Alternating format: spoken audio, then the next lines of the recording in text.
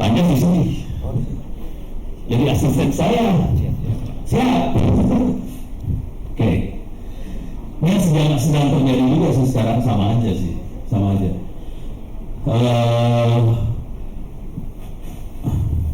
Waktu pandemi kemarin, oke, kan kita semua harus online ya. Oke. Saya nggak mau kampus universitas nggak ya. Kita lihat di SD, SMP, SMA harus online. Solusi yang dipakai sama Pak Nadiem gimana? Online. Terus pulsa nggak ada apa-apa, terus Nadiem gimana? Kasih kuota kan? Ingat semua kasih kuota kan?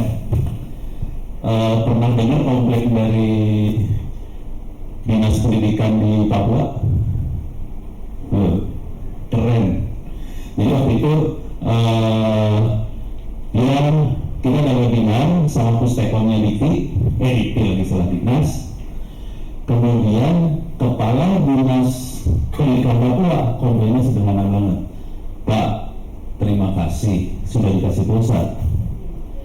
Cuma 2/3 kabupaten kota di Papua nggak ada sinyal. Tapi hati itu bukan hanya di Papua, di Indonesia semua kayak gitu banyak nih. Terus di Kalimantan nggak beda jauh, jadi nggak solusi akhirnya.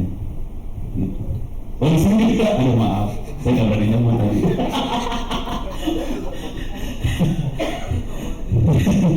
Udah itu kita harus mengadakan jaringan sampai kalau kasus UBD kita harus mengadakan jaringan untuk akses si akad yang ada di Surabaya, kan seru banget ini urusannya. Kenapa nggak si akad ditaruh BD kan ya? Itu satu. Nah yang ini, yang khusus urusan apa sih? Diknas tadi. Jadi yang komplain ke saya banyak sih jujur. Guru-guru segala macam pada komplain ke saya, Pak No, kita masalah ini. Anak-anak kurang bisa belajar. Nah, jadi kita butuh supaya akses perusahaan digital, e-learning bisa dari depan hidung, jangan taruh di Jakarta servernya, terus harus pakai jaringan buat aksesnya, kan pingsan semua urusannya. Jadi akhirnya Pak coba dimasukin kata kuncinya ke Google dulu ya, internet offline. Pernah kepikiran internet offline? Kebayang nggak kayak gimana? Kebayang ya? Internet kan online ya, terus dibikin internet offline, gitu ya. Pakai ini deh, pakai kalau nggak internet offline ono lah, all aja ono, tambahin ono, biar tambah gila lah. Lihat ke bawah, ada teks-teksnya nggak? Ini bentuknya kok banyaknya yang YouTube semua sih? Paling atas. Enggak. Ini yang udah all ya, coba dikeluar. Kontrol bus digedein, kontrol bus digedein. Lagi. Kebawahin. Terus, kalau coba next. Oh banyaknya Twitter ya. Kebawahin. Naik ke atas. Ya udah, ini mulai diklik lah, ini ada di ResearchGate sih. Cuman poinnya adalah kalau kita masuk ResearchGate, ini paper jurnal saya tentang internet offline. Kejadiannya adalah sederhana banget.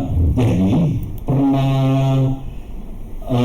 tadi kan data ditaruh di server masing-masing, di komputer masing-masing. Yang saya kerjain lebih sederhana itu datanya untuk internet offline ditaruh di server. Harus pakai gituan, nggak usah Pak. Nggak usah harus pakai gituan, susah masuk ResearchGate rupanya. Oke, naikin ke atas, masukin kata kuncinya kita ganti. Jadi servernya kita ganti pakai ini, RASP, Raspberry, nah itu bawahnya tuh, Pi, oke. Gambar aja, kebawahin. Nah akhirnya si data yang kita tadi kan pada makanya Google Drive segala macam ya, ini enggak, datanya taruh di komputer seperti ini.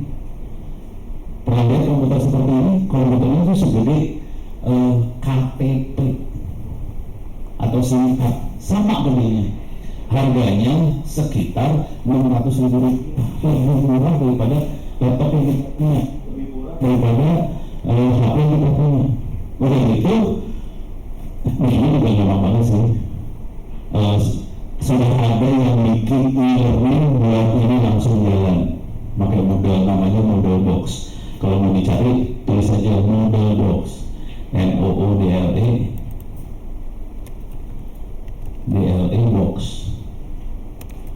box, nyambung sih sebenarnya. Box, bukan box, BOX. Enter. Model itu buat ini dan gratis ya. Yang gratis model. Model box ini software sistem operasi buat makhluk tadi Raspberry. Kalau dimasukin dia langsung bisa buat e-learning lokal. Nah, ini yang lagi kita ajarin ke sekolah-sekolah sekarang. Kemarin saya dari Sumatera Barat, SMK, SMA di Sumatera Barat, saya ajarin gimana caranya supaya bisa bikin e-learning perpustakaan digital tidak pakai kuota, tidak pakai sinyal apa-apa, taruh di komputer kecil seperti ini dan mereka bisa akses, gitu ya. Kemudian saya sekitar tahun 2000 sebelum pandemi persis ya, diundang ke Oman itu di Arab ya, diundang ke Oman buat presentasi ini. Saya kalau kita tahu teknologi ini sih sederhana banget, intinya sederhana cara berpikirnya. Internet kita copy, data kita copy ke komputer kita, taruh di depan kita sendiri, kita aksesnya ke situ aja, kalau memakai pulsa memakai apa-apa, akibatnya semua jadi kencang, jadi lancar. Contohnya aja ya, presentasi di London, waktu presentasi itu orang Arab langsung berhubung semua, lalu kita belajar ke ini kan dia bisa gitu ya.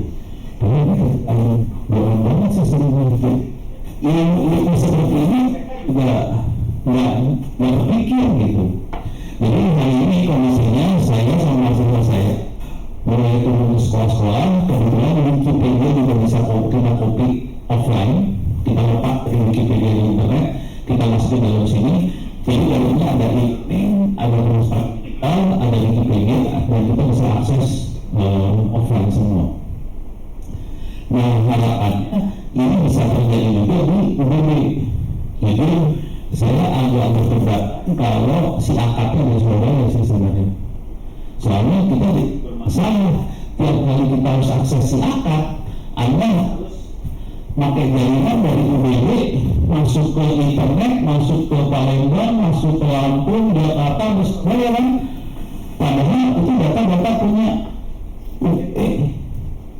Pertanyaan yang lebih mengerikan adalah kita bisa nggak ngopi datanya semua ke UBB? Nggak bisa, karena dikuasain sama Surabaya. Ini bayar banget sih sebenarnya. Jadi kita punya sendiri. Terus ya, mudah-mudahan sepakat nih di sini. Sepakat ya. Jadi mudah-mudahan sepakat bahwa itu bisa punya sendiri. Dan kalau saya mikirnya bukan hanya si akad, UBB bisa punya perpustakaan digital dari berapa? Sudah ada. Lokasinya di mana perpustakaan digital? Hah? Sudah di sudah di atau ada di Surabaya yang tadi? Atau tadi kalau masing-masing kan di Google. Kalau perpustakaan digital ada di mana? Ada di mana perpustakaan digital? Servernya lokal Pak. Oh, servernya ada lokal. Jadi yang perusahaan digital ada lokal ya? Ya, perusahaan digital maksudnya servernya dari kita. Tapi kita masih menggunakan hosting Pak untuk repositorinya. Oh, front end-nya ada di UBB. Tapi pas ngambil bukunya keluar. Oh, bagus. Keluarnya mana? Saya kurang tahu Pak Hendra ya Pak. Oh, Pak Hendra ya. Jadi kondisinya Bapak dulu yang perusahaan digital. Cuman pintu gerbangnya dari UBB cuman pas diklik ngambil dari luar juga. Dari mana? Ya kalau mau kebijakannya gitu nggak apa sih. Cuma kalau saya sakit hati. Perusahaan saya pengennya dari dalam UBB sekalian supaya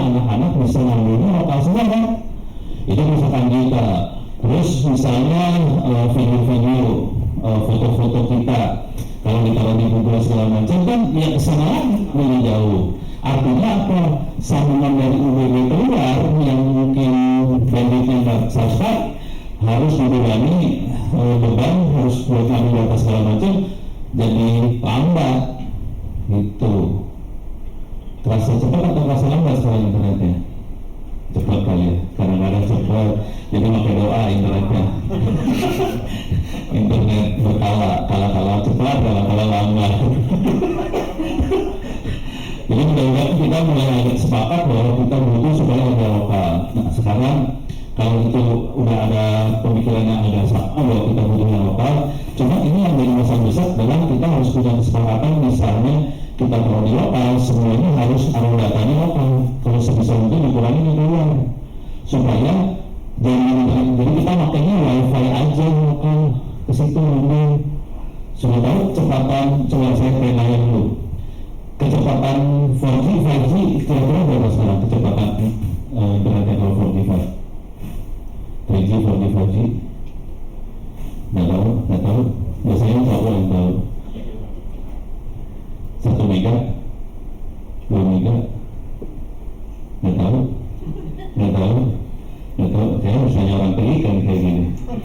4G di sini berapa kecepatannya Pak? Kalau ponsel rata-rata 25 megabit ya? Saya ya Pak ya? 25 ya? Dan ponsel kecepatannya 25, kencang ya? Kayaknya bisa. Kecepatan itu 1 orang 5 bps. Di dalam UBB ada berapa orang? 7.000. Nah, kali 25, jadi kebutuhannya berapa sebetulnya? 7.000 kali 25 gede banget lah pokoknya ya. Nah, kalau juga rusak. 1,75 giga. Ya, 1, sekian giga, 2 giga lah. Pertanyaannya, sambungan dari UBB ke IPA berapa sekarang? Nggak tahu. Pak Arian berapa? 330 ditiketin 400 broadband lah. Jadi di double 2 itu ya. Jadi 300 tambah 400, 700 kita hitung tadi kebutuhan kita benarnya sekitar hampir 2.000. Sebenarnya kecepatan kita cuma 700, dan itu kecepatan itu kita bangun kerjaan yang informasinya UBB ada di luar, padahal harusnya informasinya di dalam kan. Jadi logikanya sederhana banget, sebisa mungkin semua informasi tadi ada di dalam supaya sambungan keluarnya kita pakai buat kebutuhan yang emang keluar aja gitu. Logikanya gitu dulu ya, mudah mulai kebayang nih. Ini taktik strategi ini untuk maaf pakai bahasa Sunda, saya setengah Sunda soalnya. Jawa murtad nggak bisa bahasa Jawa, lahir di iya saya Jawa, bapak ibu Jawa, lahir di Bandung, jadi nggak bisa bahasa Jawa, ngomongnya bahasa Sunda. Ngaku Jawa malu, nak Sunda juga nggak bisa, soalnya Sunda kawin sama orang Padang, tinggal di Jakarta, jadi bingung orang apa, bingung orang Indonesia saya. Sekarang mudah-mudahan belum salah ya, bahwa kita butuh seperti itu. Dan teknik itu yang kita pakai juga buat sekolah-sekolah sih saudara, supaya internet, jangan pakai internet sebetulnya kalau bisa servernya kalau di sekolah.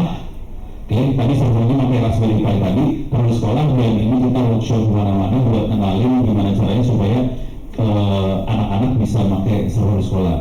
Dan jujur saya kemarin dimarahin sih sama Lemhanas.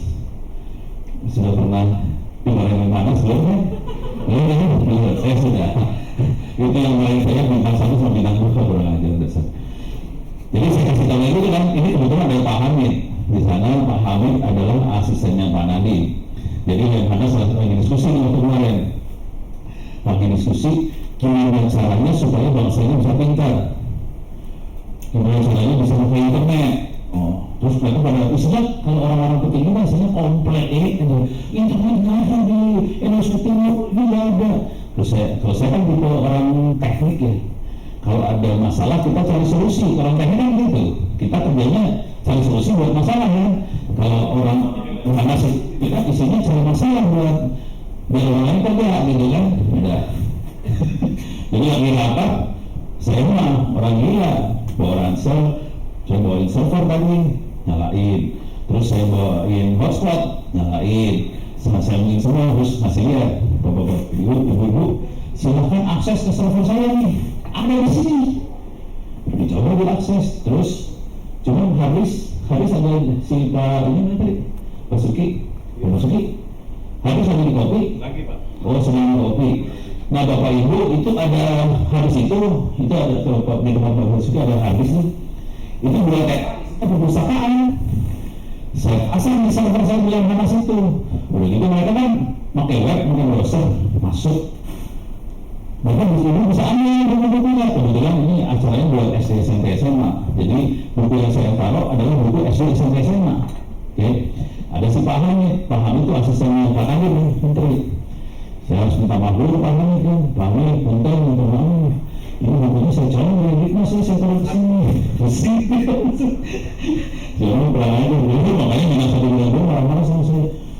Ini kamu malah ya maaf aja Pak, itu kan dana anggaran Republik, ya kita taruh aja di sini lah biar Republik jadi pintar. Udah gitu dia nanya lagi, terus itu hotspot wifi bisa nyambung sama ke internet? Bisa Pak, hotspot bisa nyambung sama ke internet. Ternyata cara berpikir mereka pikirnya bahwa hotspot harus pakai internet.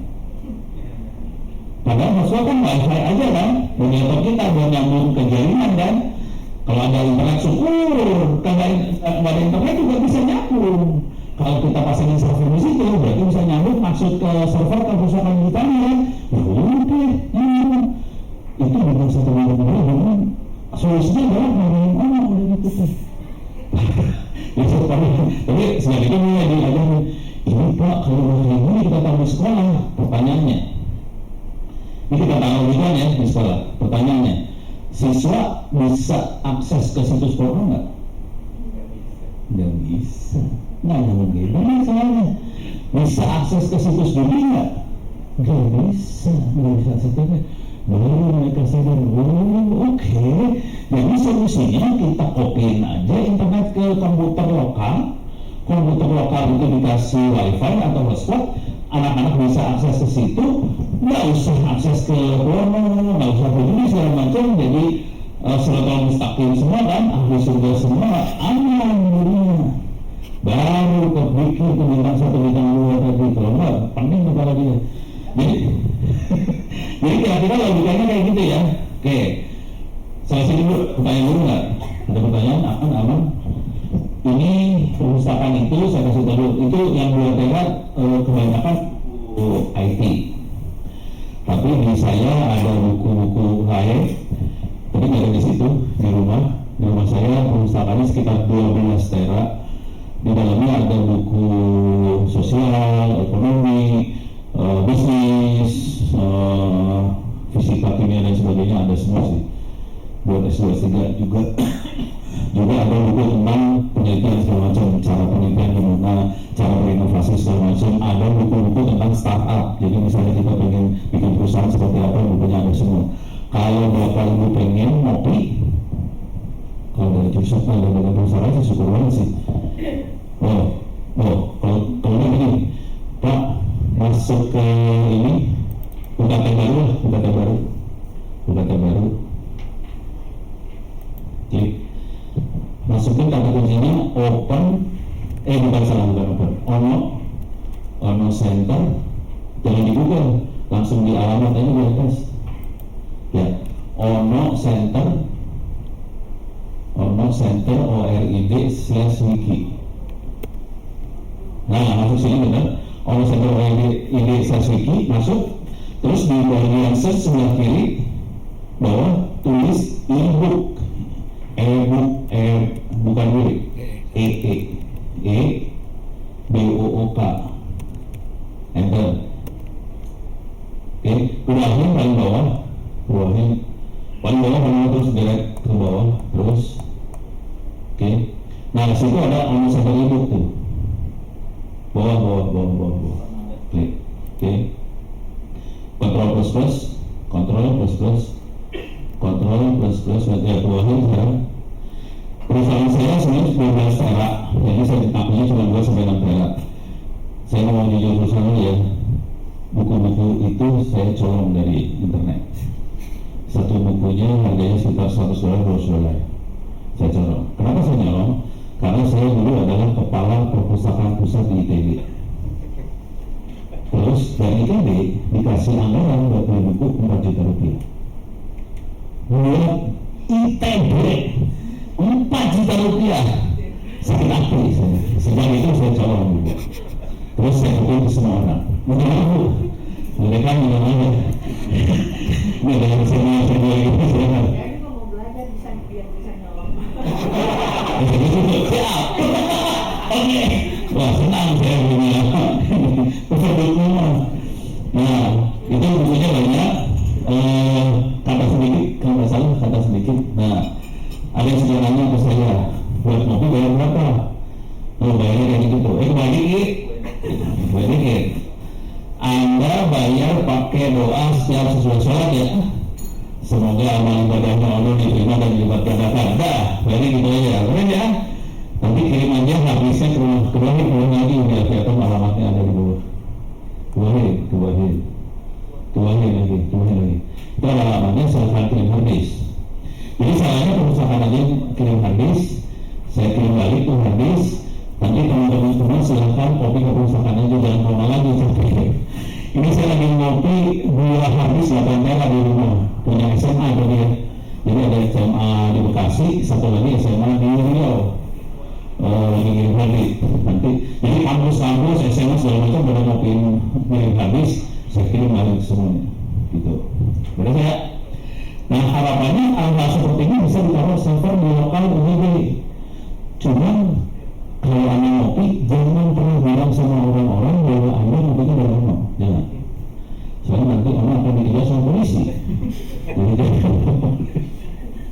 Karena ini hasil nyolong ya. Ini bayangin ini bukunya ada sekitar hampir 100 ribuan di sini bukunya. Di situ. Ini saya udah sekitar dari tahun 2000. Jadi sekitar 12 tahunan saya nyolong. Bukunya udah ratusan ribu buku, satu buku harganya $100. Itu aja berapa dolar yang saya colong gitu ya. Kalau ibu pengen tahu cara nyolongnya, saya kasih lihat nih sekarang caranya. Harus buka tab baru, tulis PH serius parah Pirate Bay ya. Enter, kontrol browse sendiri. Itu ada browse torrent. Kita downloadnya torrent, jadi kita nggak klik kanan download. Kita ada aplikasi namanya torrent, harus kita install dulu torrentnya di komputer kita. Cuma hati-hati, kalau bapak ibu pakai Windows, saya nggak rekomendasi cara ini. Soalnya kalau pakai Windows, kita pakai torrent, kemudian akan banyak masuk virus dan sebagainya di sini. Saya kemudian tidak pakai Windows, saya pakainya Linux, jadi buat ini gampang banget. Oke. Klik aja browse torrent, klik browse torrentnya, klik browse atas kanan atas kiri pelan-pelan kanan. Di bawah deh. Nah kanan atas sedikit klik. Nah itu yang form yang diklik itu yang bisa mengatakan apa di sini. Yang diklik yang ebook, yang ada ebook nih. Kanan, bawah. Klik ebook. Klik. Nah ini buku-bukunya. Ini misalnya ya. Ini ada Big Data in Healthcare buat kedokteran, EEG frekuensi kedokteran, ini clinical protokol kedokteran, perspektif manajemen kedokteran, dia lagi kedokteran semua. Cuma nanti kalau kita pengen nyari buku tentang sosial atau apa, yang kita klik cari. Cuma kita maaf ya, buku-buku ini bahasa Inggris semua kan. Terus ya, sip. Terus, kalau salah saya mendingan kopi habis daripada kerjain sendiri. Soalnya kerjain sendiri resikonya tinggi banget sih, jujur. Banyak virus masuk segala macam. Kalau saya aman-aman aja, soalnya saya nggak pakai Windows, jadi aman. Gitu. Terus ya, oke. Nah, sekarang kita masuk ke urusan server. Sampai sini aman? Nggak ada pertanyaan? Beres, kita masuk ke server. Jadi, tadi yang kita taruh di Google Drive segala macam, di sana Google itu masang komputer gede supaya kita bisa taruh macam-macam. Namanya server. Oke. Bentuknya seperti apa makhluknya? Ini tutup aja. Masuk sini, tulis server, enter. image sebenarnya, ini makhluknya. Nah, server yang dipasang di Google segala macam bukan server yang kayak komputer. Naik ke atas lagi. Ini kan kayak komputer biasa. Server yang tahu di Google yang kayak gini bentuk kira-kira. Jadi bentuknya datar seperti ini. Oke. Nah, jadi mereka akan masang-masang seperti itu.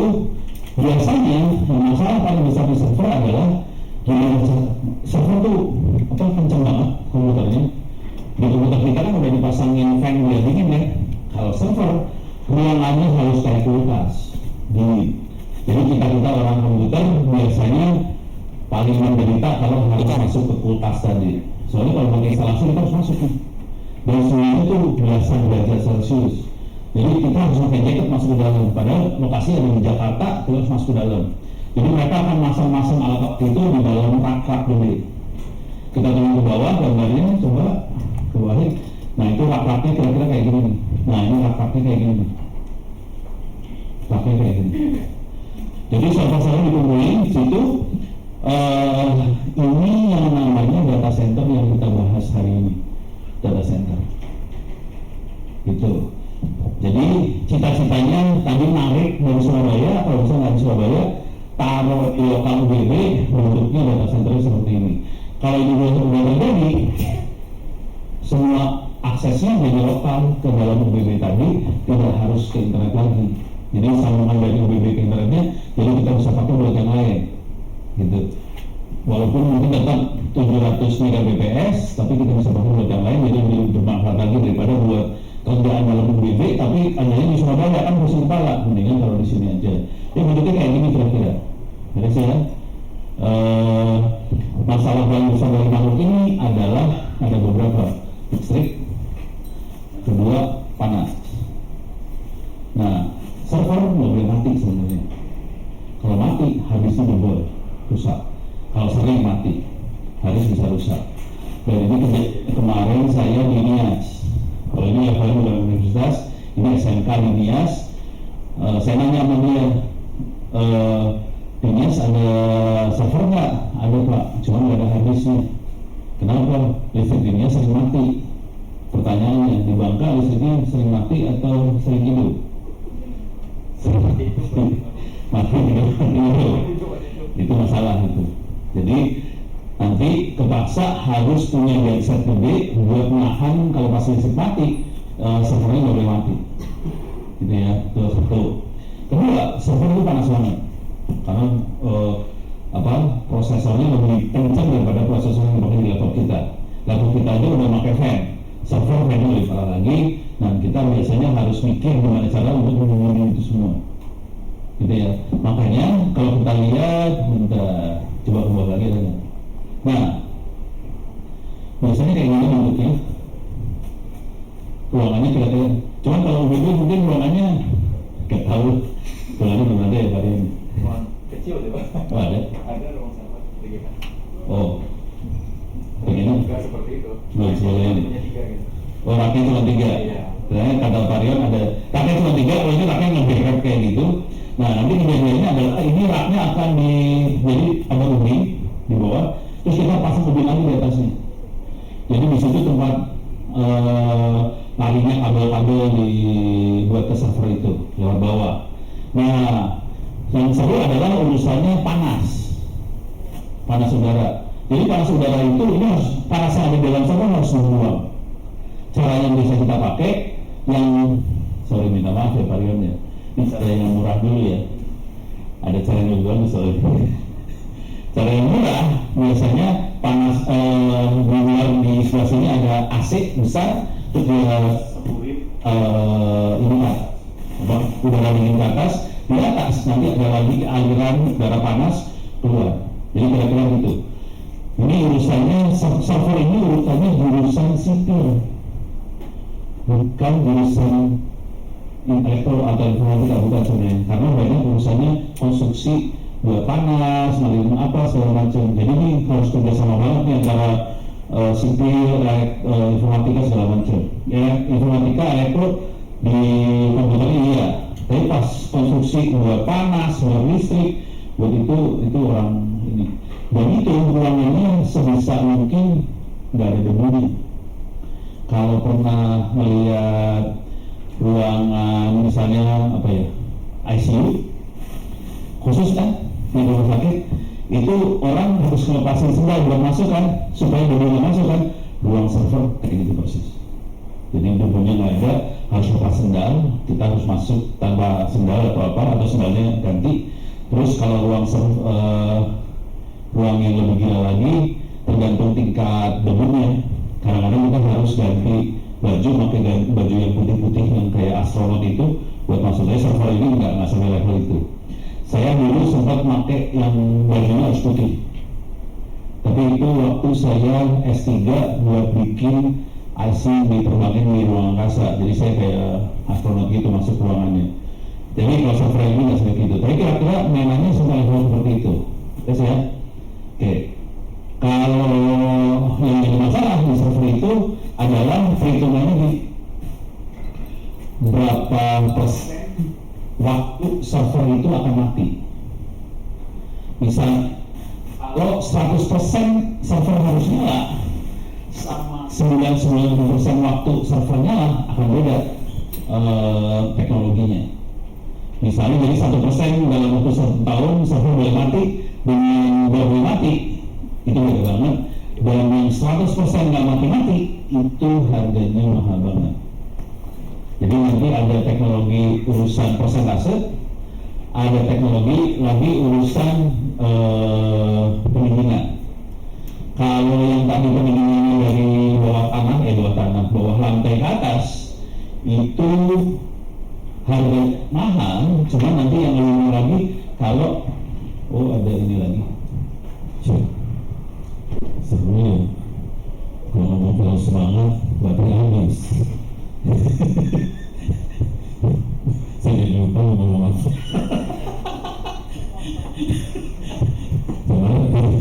Baterai habis bukan. Sebenarnya habis apa bu? Ini urusan pendinginan ya. Jadi kalau kita harus pendinginan di bawah ke atas, sama kalau pendinginannya di dalam rak, itu kan ada rak. Kadang-kadang AC-nya dalam rak. Ada AC-nya di luar, harus ngalirin angin, harus ngalirin dari bawah ke atas. Yang tadi, yang anginnya dari bawah ke atas itu lebih murah. Kalau AC-nya dalam rak, itu lebih mahal. Kebayang ya, sekarang kita masuk ke dulu persentase. Oke, masuk ke wiki saya lagi aja. Oke, lagi ke atas, enggak wikinya itu benar, enggak, itu mah Wikipedia, wikinya yang ono center itu. Sih, lagi ke atas, oke. Basisnya tulis data center.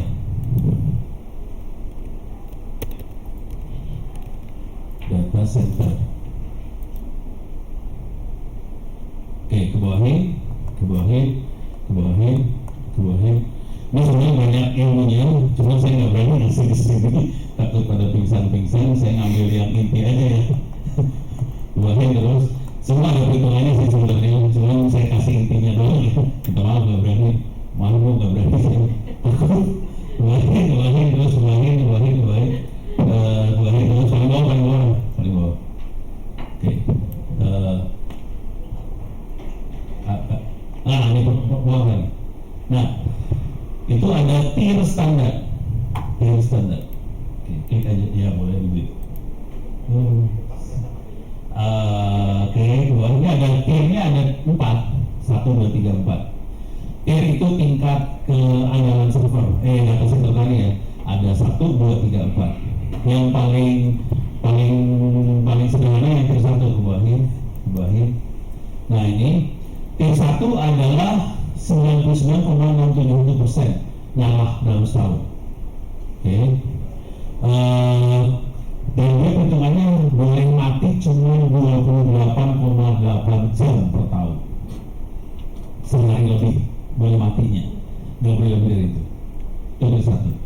Kalau kita sampai listrik mati, itu semua nggak boleh mati sebisa mungkin. Misalnya kita matinya seminggu, konsekuensinya gensetnya harus bisa nyala seminggu, dan gensetnya harus bisa tahan beban listrik yang akan dipakai server. Misalnya satu server bebannya 500 watt, kita punya servernya 10, harus bisa nahan gensetnya 5.000 watt selama seminggu nggak mati. Listrik PLN boleh mati, tapi servernya boleh mati seminggu. Itu baru servernya, belum AC-nya. Jadi lumayan kebayang kan gensetnya gede banget ini. Hati-hati, gede banget. Yang paling mengerikan bukan genset. Nanti kalau sampai kan konfigurasinya gini ya, kalau kita tahu ini ada genset, dari genset masuk ke aki tuh UPS, akinya juga gede, akinya bakal aman lagi itu servernya.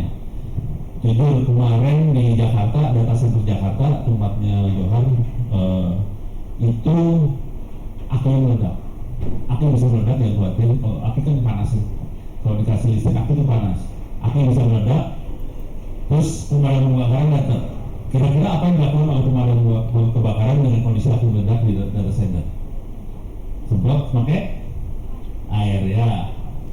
Pas semprot pakai air, kira-kira komputernya gimana? Air semprot.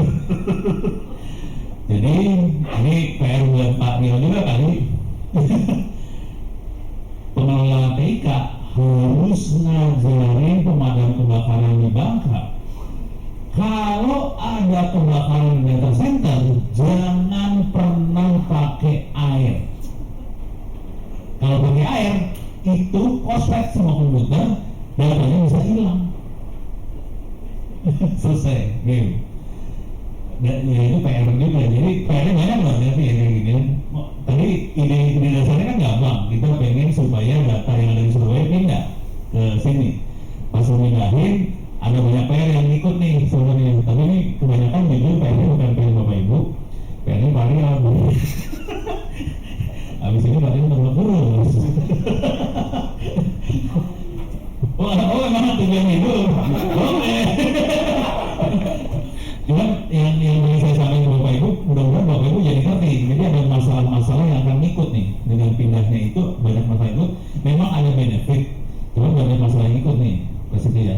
Nah, jadi ini tier 1 99,675, tier 2 99,749, bedanya cuma 0,1 ya.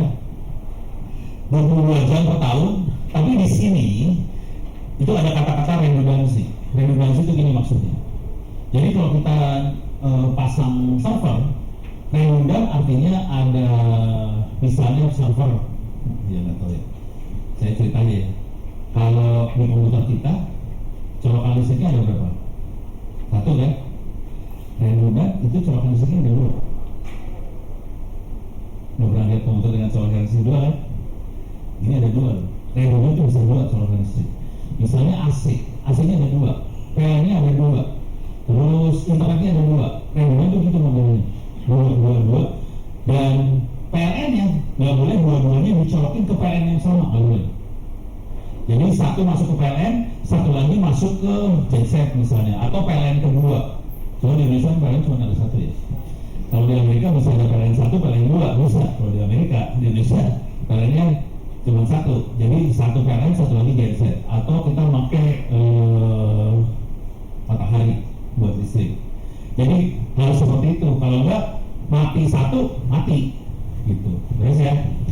Terus yang ketiga, 99,9% ini sudah ada, ini tidak boleh lebih dari 1,6 jam mati dalam setahun. Ini susah. Jadi ini udah ada servernya satu, servernya ada dua. Jadi udah parah banget. Jadi saya udah kebayang nih. Nah, ini semua urusannya ke harga nih urusannya. Nah, saya nggak tahu nih Pak, ini bisa lihat harga. Ini tinggal ngomongin aja ke Bapak Ibu ya. Saya pun nggak ngerti dah urusannya. Biasanya kalau kita di lapangan, jujur dulu ya, kita biasanya paling tier 2 gitu. Soalnya di Indonesia tier 3, tier 4 nggak susah dapetnya, karena PLN-nya cuma satu, apanya cuma satu, kita mau 2 susah. Biasanya sampai tier 2. Kalau bisa tier 3, alhamdulillah banget. Ada beberapa data center di Indonesia yang ngakunya juga tier 3. Itu satu. Dan kalau udah main tier 3, kalau bisa kita punya data di sini, kita punya backup data di luar Bangka. Misalnya, ini mohon maaf, mudah-mudahan tidak terjadi. Misalnya ada bencana alam, ini hancur semua, data kita masih ada di tempat lain, gitu. Jadi tekniknya seperti itu. Itu namanya disaster recovery center. Jadi kita ada di tempat lain, gitu. Oke, kira-kira inti yang besarnya seperti itu. Coba lihat. Tier 4 lebih parah lagi sih. Hampir 99,995% uptime. Dia bisa nahan selama 96 jam power. Oke, kira-kira itu. Jadi nahan tuh ada genset buat nahan segitu lama. Cuman saya ini telepon nggak ada sih di Indonesia. Oke, kalau minta maaf, data Bapak Ibu seberapa sensitif? Ada yang berbahaya banget nggak? Maksudnya jangan sampai orang lain bisa dapetin data itu gitu. Saya kasih lihat contohnya ya, contoh proteksi data tadi ya. Jadi misalnya data yang biasanya kita acak, kita enkripsi. Cuman nanti kalau akses harus punya password segala macam, terus datanya diacak. Itu masih ya oke, sensitif. Cuma bayangin kalau harddisknya bisa diambil orang, kan bahaya banget tuh. Bagaimana proteksinya supaya orang nggak sembarangan orang masuk ke dalam instalasinya kita. Oke, saya lagi buka nih. Lagi direkam soalnya. Ya udah, gini aja ceritanya. Saya sempat membantu satu institusi Republik Indonesia buat rancang data centernya mereka, dan datanya amat sangat sensitif banget, nggak boleh satu orang bisa masuk. Akibatnya yang terjadi itu, coba buka gambar lagi ya, itu coba bikin data center enggak, bahasa Inggrisnya cracking itu apa ya? Cage, ya cage. Kebawahin, saya pengen cari cracking ini enggak. Nah ini stop. Data centernya dikasih cracking seperti ini, asli ini cracking. Jadi kalau masuk harus pakai ini apa namanya, security, terus sudah dikerangkeng seperti itu, masuk ke situ. Ada di Indonesia kayak gitu, jangan tuh tidak ada. Itu nggak enak saya ngomongnya. Saya masuk soalnya. Jadi kalau ini kan direkam ya, jadi saya nggak bisa ngomong terlalu kebuka. Terus kayak gitu. Dan ini menyangkut apa ya? Menyangkut akses anak ke internet sih sebenarnya. Jadi ada ke internet dilihat sama server ini sih sebenarnya. Parah banget. Jadi mereka ya nggak usah sebut lah instansinya. Jadi mereka akan pakai kayak gitu. Dan semua servernya di case kayak gini. Untuk server level ini di UMW mungkin nggak perlu. Kita nggak perlu server level ini. Cuma untuk bisa masuk ke ruangan server, sarannya tetap kita pakai security, nggak boleh sembarangan orang bisa masuk ke dalam server. Jadi betul-betul orang IT atau betul orang-orang yang dapat izin membuat masuk. Jadi nggak orang bisa blast-blast enak tidak. Soalnya kalau bisa blast-blast tidak, bayangin kita masuk ke dalam ruangan server terus nyambut colokan listrik aja, mati tuh servernya, UWB pingsan langsung. Jadi nggak bisa seenaknya. Jadi di pintunya pun harus ada pertahanan supaya orang nggak bisa masuk sembarangan. Kira-kira gitu sih. Kira-kira yang besar yang itu ya. Ada lagi ya yang kurang saya Pak? Ya. Kalian bingung juga. Nah, ada pertanyaan nggak di sini? Aman kan?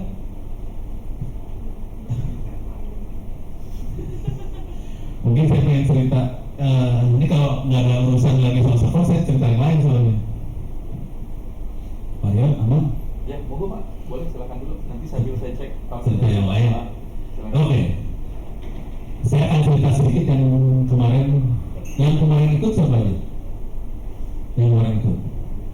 Oh ini, ada Bapak 1, 2. Wah itu mah, itu mah nggak dihitung. Itu masuk itu yang itu. Bapak ini yang ikut. Oke, kalau sebagian besar nggak ikut yang kemarin, saya akan ini server sih intinya kayak gitu. Harapannya servernya ada di UBB. Server itu buat apa? Ini cerita kemarin jadinya. Kalau server itu buat apa?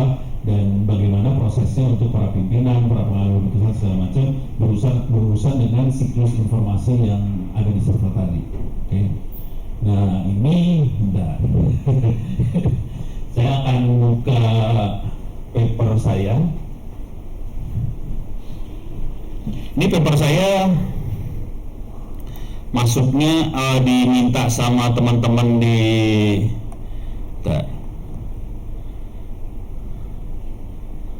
dokumen. Ini diminta sama teman-teman di BPK sih, yang minta BPK waktu itu riset. Oke. Ini yang minta BPK, kebetulan mereka waktu itu pernah bikin conference segala macam. Jadi BPK itu auditor, sebenarnya akuntan. View password. Oke. Udah. Ini siklusnya kayak gini lah kira-kira. Jadi yang tadi kita ngomongin server. Nah sekarang apa hubungannya server dengan proses pengambilan keputusan, masalah nilai lah, masalah data lah, segala macam. Oke, hubungannya ke sana. Nah kalau kita lihat di sini, jadi kita lihat dulu ya, BPK, BPKP.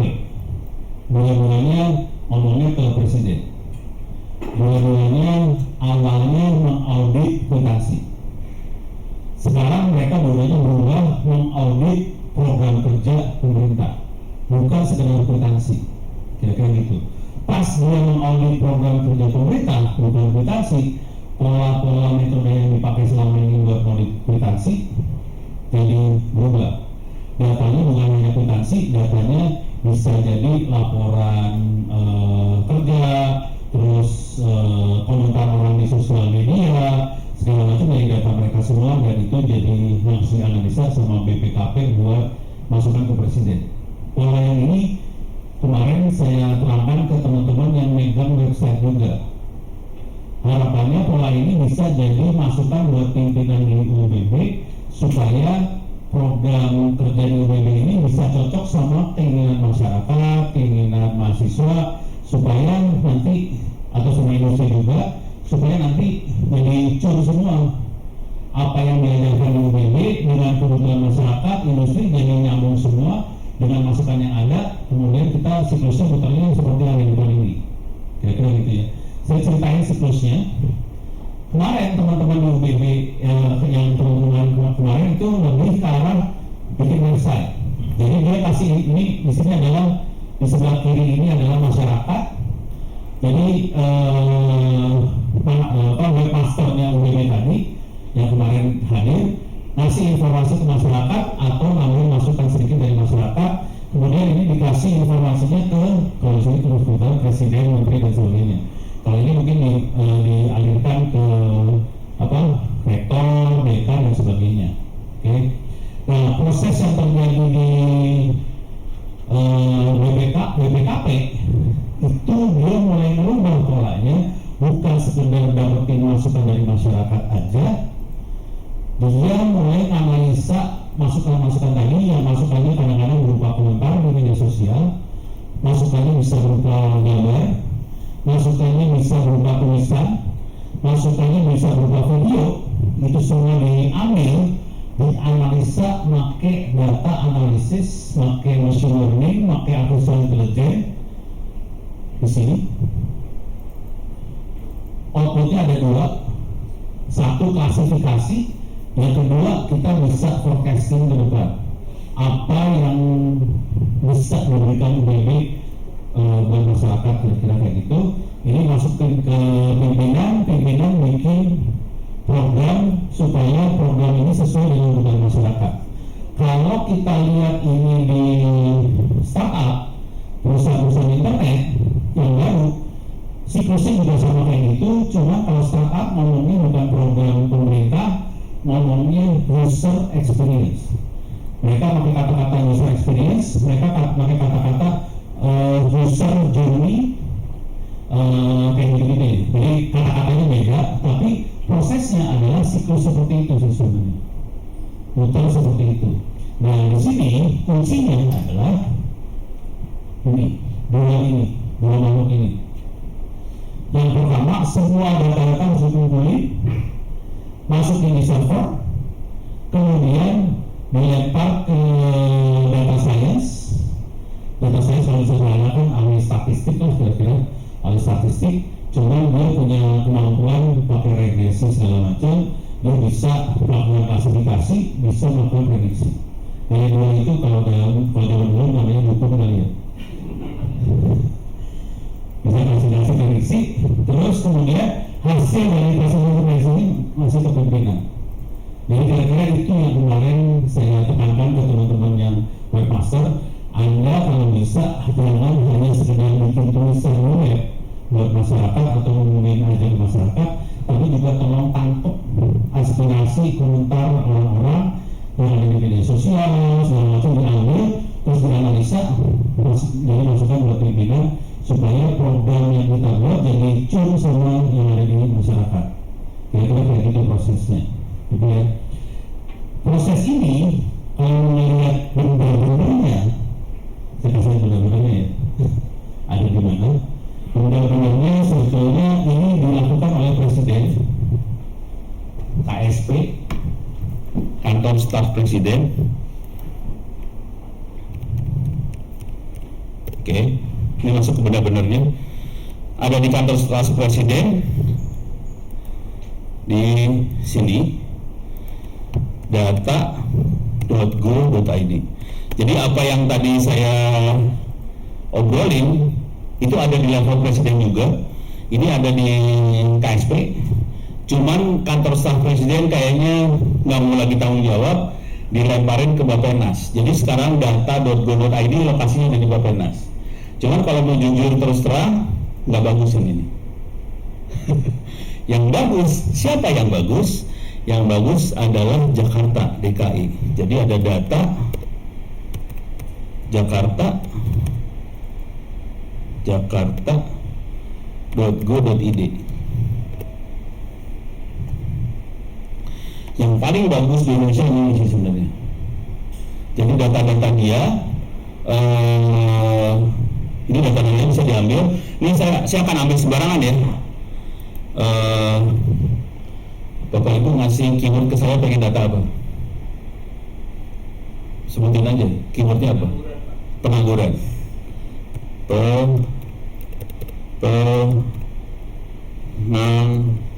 Pengangguran, gitu ya. Oke. Ada data pengangguran profil KI, data jumlah pengangguran, itu bentuknya CSV, kita bisa ambil. Ini gila nih data, di sana gila. Kita bisa unduh data. Oke, kita bisa ambil, kemudian langsung kita bisa, datanya file Excel biasa sih sebenarnya, tapi mereka udah mainnya kayak gini banget nih sekarang. Ini saya udah klik, mudah-mudahan benar kebuka. Ini dia. Oke. Nih. Ini dia nggak ngasih data detailnya ya. Nanti kalau dan bayangkan kalau kita bisa punya, ini kemudian 2018 saja. Kalau kita bisa ambil per tahun, yang terjadi kita bisa regresi, dan kita bisa prediksi apa yang terjadi di tahun yang mendatang. Jadi polanya seperti ini yang mulai terjadi. Jadi data dikumpulin semua secara time series, periodik, kemudian kita bisa prediksi. Terus kita juga bisa klasifikasi. Kira-kira kalau untuk kampus misalnya kayak gini lah proses klasifikasi. Klasifikasi sederhananya gimana ya? Misalnya kita punya data mengenai mahasiswa. Kita punya data yang banyak. Dari situ kita paling nggak bisa klasifikasi kira-kira anak-anak yang nilainya kayak gini semester 1, semester 5 bakal lulus nggak sih? Gitu. Kira-kira bisa kumlot nggak sih ini anak? Gitu. Kalau kita nggak punya pengetahuan selama bertahun-tahun, semuanya dicatat, ada catatan yang bertahun-tahun, dari klasifikasi bisa tahu kira-kira. Kalau anak ini semester 1 nilainya kayak gini, kemudian besarnya anak bakal kumlot.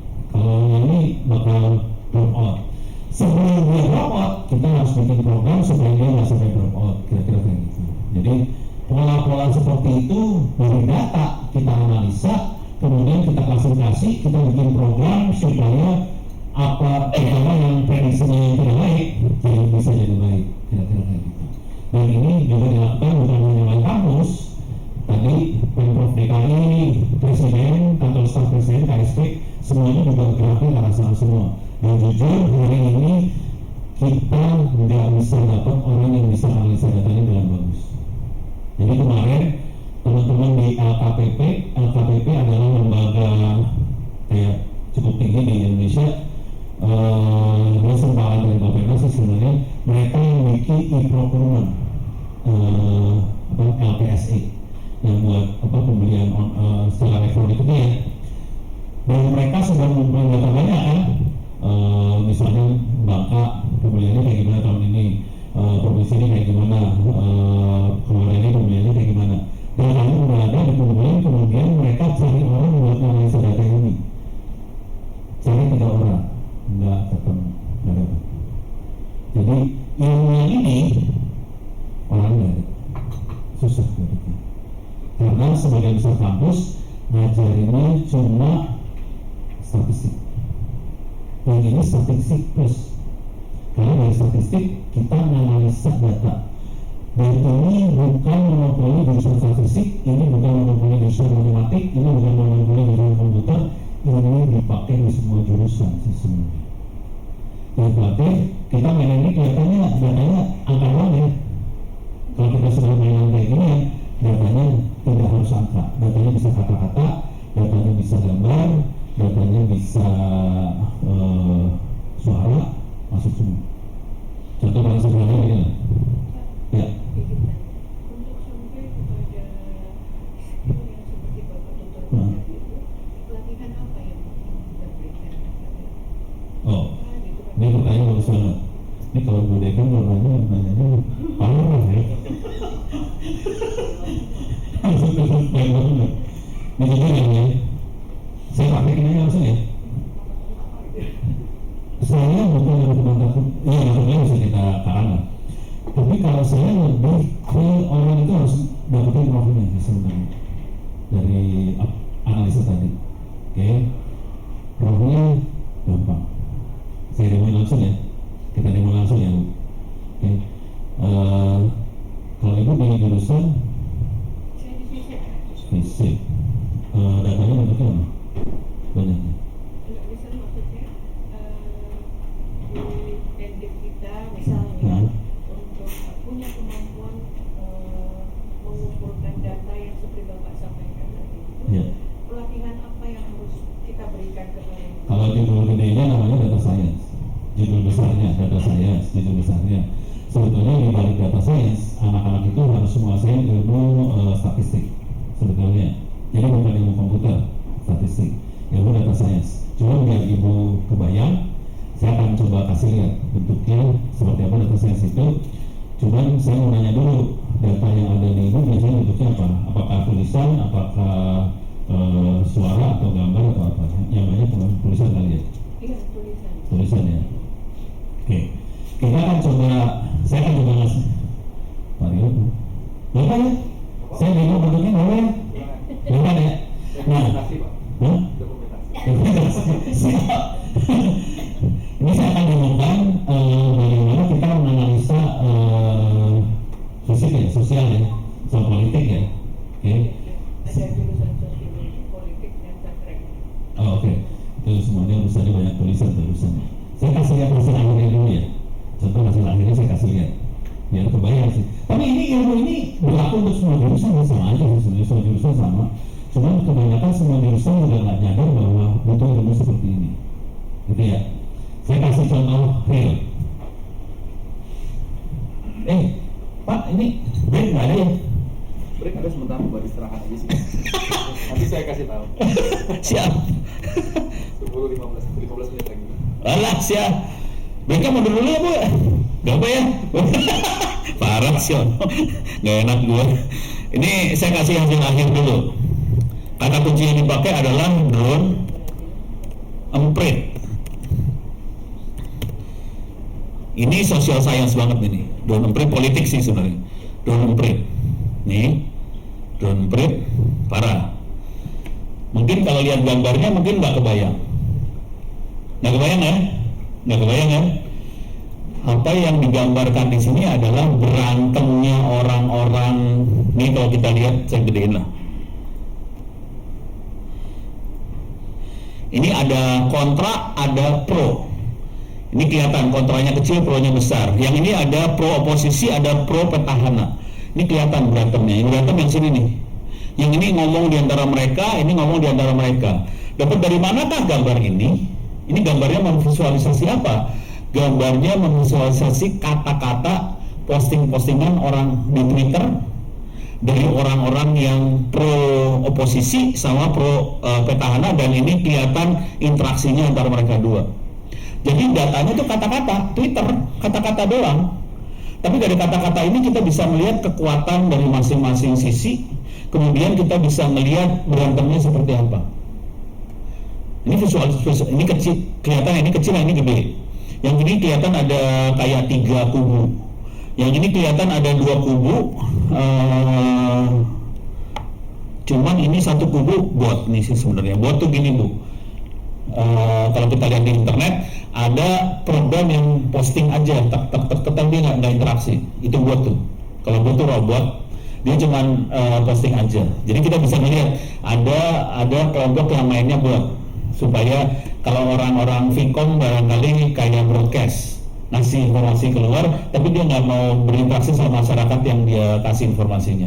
Jadi hasilnya kayak gini nanti gambar-gambarnya. Hasil yang lain juga kita bisa melihat hasilnya dalam bentuk kata-kata. Ini kalau melihat ada gambar Ono nih. Ini ruangannya nggak, harusnya fotonya nggak boleh keluar, saya dasar. Nggak boleh keluar. Ini fotonya nggak boleh keluar sih sebenarnya, harusnya. Ini foto nggak boleh, dan ruangan ini nggak boleh dikasih tahu ada di mana sih. Parah. Saya masuk ke dunia kayak gitu, maaf. Yang bikin ini drone emprit namanya Ismail Fahmi. Ini orangnya orang baju batik. Yang ini Ono, kebetulan saya gurunya dia. Jadi waktu dia S1 di ITB, tugas akhir saya pembimbing tugas akhirnya dia sih. Jadi kita dekat sih sebenarnya. Oke. Nah, cara lain buat melihat itu adalah, ini saya kasih hasil dulu ya. Cara lain yang melihat itu adalah cloud. Word cloud. Nih. Misalnya kita pengen lihat word cloud Indonesia politics.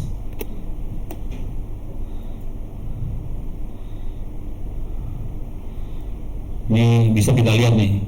Tapi semuanya kata Indonesia. Oh, ini ada kelihatan nih, ada rasis, ada human bias, xenophobia itu apa nggak tahu, prejudice, race. Jadi kita bisa lihat. Jadi dari kata-kata yang diposting sama orang, kita bisa melihat sebetulnya isu apa sih yang muncul dari postingan-postingan mereka. Kita bisa lihat seperti itu. Nah, cara berpikirnya sederhana aja. Kalau ini semua harus dianalisa oleh manusia dengan postingan yang jumlahnya ribuan, kita harus banyak baca ribuan artikel, kita kesulitan. Gitu ya. Saya kasih lagi contoh, makanya ini pakai komputer, sebenarnya cara berpikir, cara kerjanya kayak ke manusia. Cuman karena jumlah datanya gede banget, yang dipakai buat kerja itu komputer, buat ngitung itu komputer, buat baca itu komputer. Jadi komputer dipakai karena datanya terlalu besar. Itu yang namanya big data. Oke. Nah, saya akan kasih contoh lagi yang ketiga. Ini hasil akhir dulu biar kebayang. Kompasiana.com kalau nggak salah. Ono W Purbo ya, lupa saya. Udah lama saya nggak nulis di Kompasiana soalnya. Oh,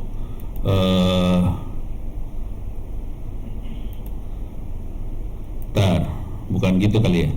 Ono.w.purbo kali.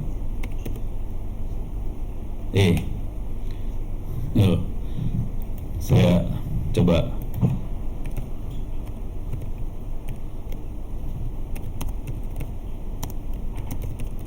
Oke. Oh, web. Oke, saya masuk ke, soalnya saya udah lama nggak nulis di Kompasiana.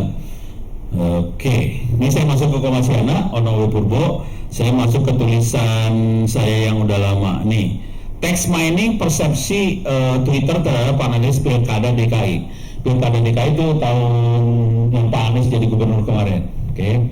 Jadi iyalah iklan. Oke, mana dia? Mana dia? Di sini ya, ini dia.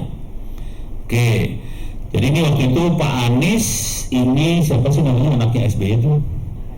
AHY, terus yang ini Ahok. Jadi ada Ahok, ada AHY, ada Anies bertanding untuk jadi DKI 01. Oke, terus yang saya lakukan adalah ini saya tulis caranya. Ini urusan politik banget ya sebenarnya. Ini bisa ditutup nggak sini? Ini. Oke. Ini caranya sederhana aja. Kalau yang dilakukan yang sini adalah saya masukin ke Google, masukin kata kunci AHY, masukin kata kunci Anies, saya masukin kata kunci Ahok. Kemudian saya download tulisan-tulisannya. Cuman ini yang download semua ini yang ngerjain semua komputer ya. Cuman saya masukin aja kata kuncinya AHY, Ahok, Anies, dimasukin ke 3 file yang beda. Oke. Kemudian kita hitung sesudah kata apa yang banyak muncul, supaya saya dapat konteksnya dari pertempuran itu, saya hitung lagi kata AHY berhubungan sama kata apa, kata Anies berhubungan sama kata apa. Kalau kata yang muncul adalah isu apa yang muncul kan. Cuman kalau kita lihat hubungan antar kata, kita bisa lihat konteks. Jadi misalnya contoh sederhana gini lah, kalau kata susu aja kan misalnya nggak jelas konteksnya apa. Misalnya kalau susu sehat kita bisa lihat konteksnya apa. Susu murni kita bisa lihat konteksnya apa. Susu ASI kita bisa lihat konteksnya apa. Jadi kita harus lihat hubungan antara 2-3 kata yang terkait sama kata yang kita lihat. Itu kita lihat konteks. Jadi saya akan melakukan itu. Oke. Jadi saya ambil, kemudian saya hitung, kemudian saya lihat hubungan antar katanya. Oke, ini saya tutup. Ini hasil, ada gambarnya.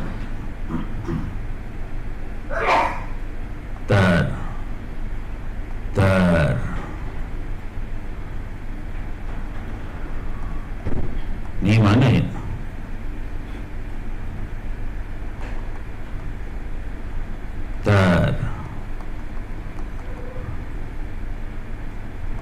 Kok nggak bagus ya?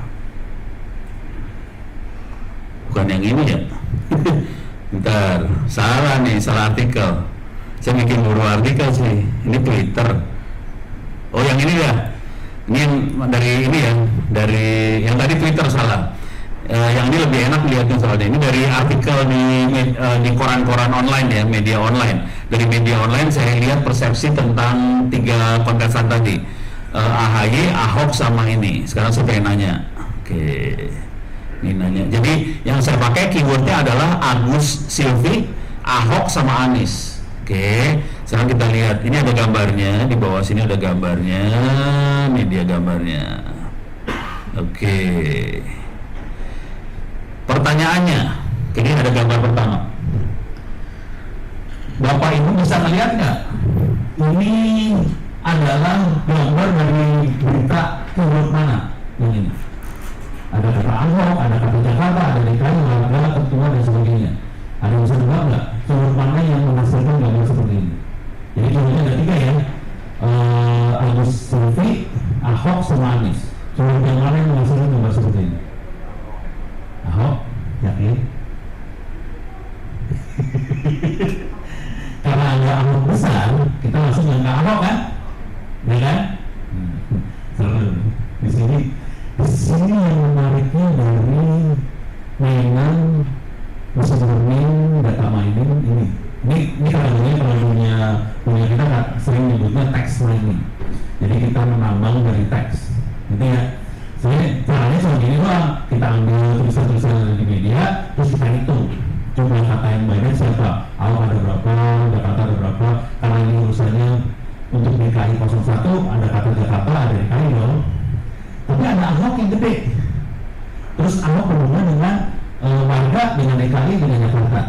Ahok hubungan, itu yang hubungannya tuh dari sini teman-teman itu. Sekarang pertanyaan ini tadi, dari turun yang mana dapetnya kan? Kita nonton dari Ahok gitu kan, karena ada kata Ahoknya. Nah, sekarang kita turun ke bawah dikit. Sengaja saya nggak turun ke bawah. Ini hasil dari keyword Agus Silvi, bukan Ahok. Ini ya. Ini kalau di dunia komunikasi ini masalah branding. AHY salah strategi brandingnya. Jadi kadang-kadang dia brandingnya AHY, kadang-kadang dia brandingnya Agus Silvi, kadang-kadang dia brandingnya SBY. Jadi Agus Silvi ini hilang. Pada saat dia melakukan branding itu, kalau saya melakukan ini orang politik gitu, yang juga ada ahli politik di sini. Pada saat dia melakukan branding seperti itu, dia banyak menyerang Ahok. Makanya wartawan nangkapnya Ahok yang dibicarakan oleh AHY, Agus Silvi, kadang-kadang SBY gitu ya. Makanya itu Ahoknya gede. Padahal yang ngomong Agus Silvi. Dia selalu branding gitu. Jadi akibatnya kelihatan kayak gini nih akibatnya. Jadi waktu kita menganalisa, kita langsung sekarang udah kejadian, jadi saya bisa ngomongnya lebih gampang kan. Kalau sedang dalam proses kita susah ngomongnya itu. Dan orang ngomong gitu biasanya masuk di luar kanan nih. Nah ini kelihatan nih akibatnya seperti ini. Oke. Nah ini kalau kita ngomongin lagi, kita lihat yang lain nih. Ini Ahok yang benernya. Ini Ahok yang benernya. Jadi berita-berita di media pas urusannya Ahok, oke, Jakarta oke. Di sini ada agama, ketua, Islam, sidang, umat, nah urusannya kayak gitu. Ini ya. Dari kata-kata itu kita tahu sekarang bahwa Ahok masuk penjara waktu itu. Jadi beda banget antara Agus Silvi sama Ahoknya. Kalau Agus Silvi, Ahoknya besar, bukan menyerang Ahok. Kalau ini, Ahoknya besar juga, tapi agamanya besar. Dan ini akibatnya Ahok masuk penjara. Gitu. Jelas ya? Nah ini kalau orang politik, seru nih kalau politik kayak gini. Cuman ini berbantu sama orang komputer. Jujur, orang komputer nggak ngerti gini. Orang komputer cuma ngerti cara mengambil datanya gimana, cara ngitungnya ngerti. Cuman kalau kita menginterpretasi, kita nggak bisa. Yang bisa melakukan interpretasinya orang politiknya. Jadi ini harus kerjasama beberapa sih. Gitu. Kalau para besar mungkin Besar, orang besar ya nggak tahu tuh, tergantung perintah sama duit mereka kan. Dan ini negara kencang yang mengencang di saya tuh orang banget asli. Nah besar itu tadi yang itu kalau kita lihat di dompet yang cuman posting nggak bereaksi, kalau namanya apa nggak bereaksi, dia posting gitu. Membanjiri internet dengan informasi dari dia doang, tapi dia nggak berinteraksi. Buzzer modelnya gitu. Kelihatan kok dari sini kelihatan semua ini buzzer, ini apa, kelihatan banget. Gitu. Cuman masalahnya masyarakat awam nggak ngerti buzzer, jadi ketik aja udah. Gitu. Nah ini beda sama Anies beda lagi nih.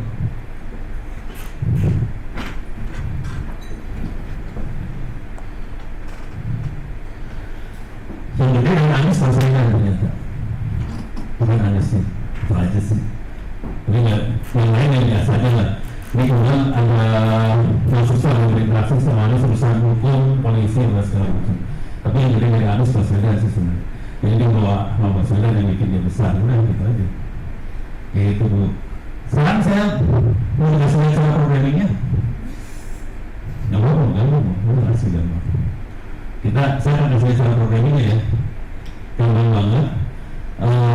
Dan saya berharap ini bisa diajarkan di semester 1, semester 3 di semua jurusan. Karena ini dari nyawa dari semua jurusan sih sebenarnya. Kalau sekarang kan semua jurusan ada statistik sebenarnya. Nah ini adalah terusannya statistik sebetulnya. Dan sarannya kalau bisa dosen-dosen statistik yang ada di masing-masing jurusan, kalau bisa dirubah persepsinya supaya bisa masukin dunia-dunia seperti ini ke anak-anak. Kalau statistik apa adanya jadi kurang ngangkat gitu, kurang dosen. Karena ini dosen banget.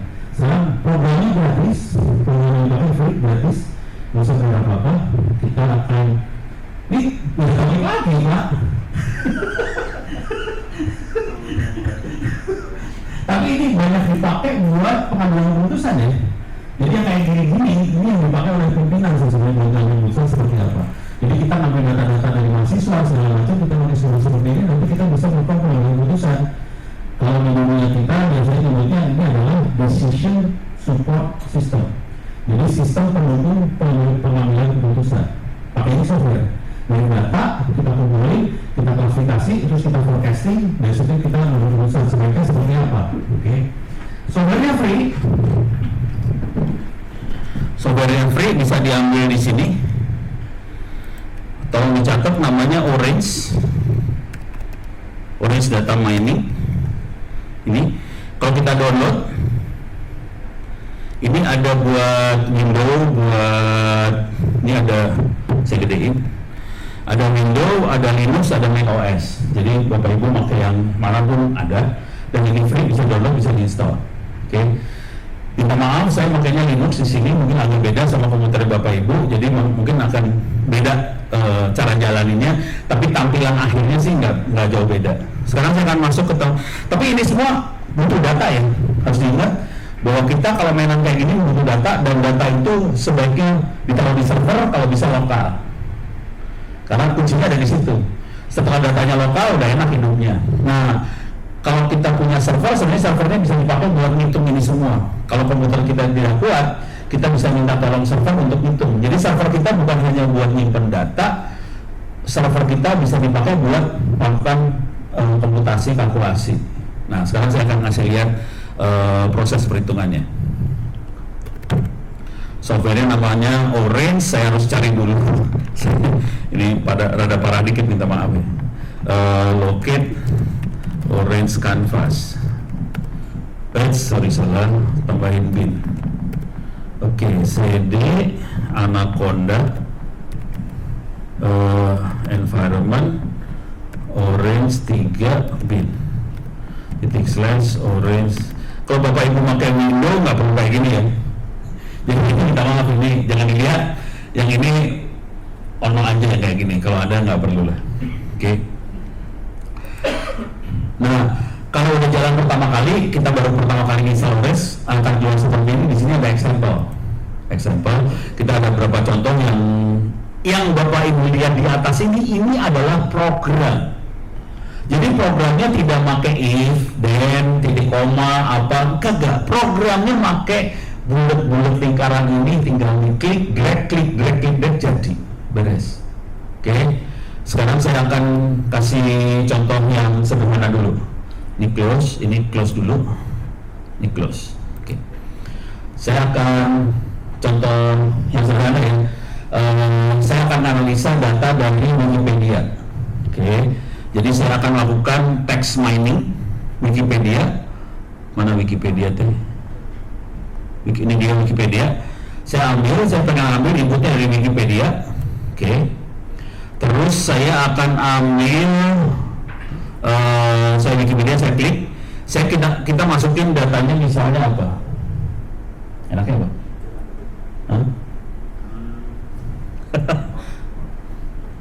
Mau kasih contoh data apa yang ada di Wikipedia mau kita analisa, misalnya kata kunci apa yang ada di Wikipedia mau kita analisa.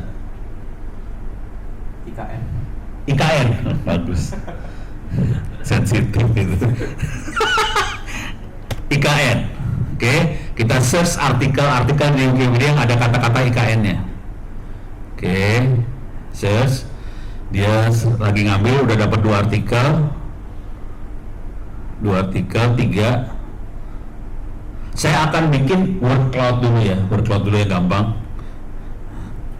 4, 5, 6, 7, 9, 10.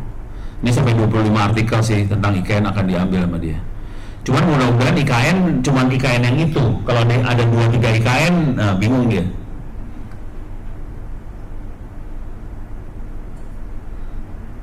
14, 15, lama juga ya IKN.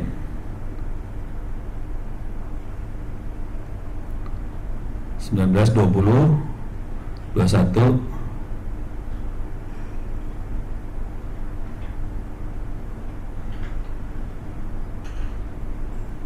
Oke, 25. Oke, udah selesai, dapat.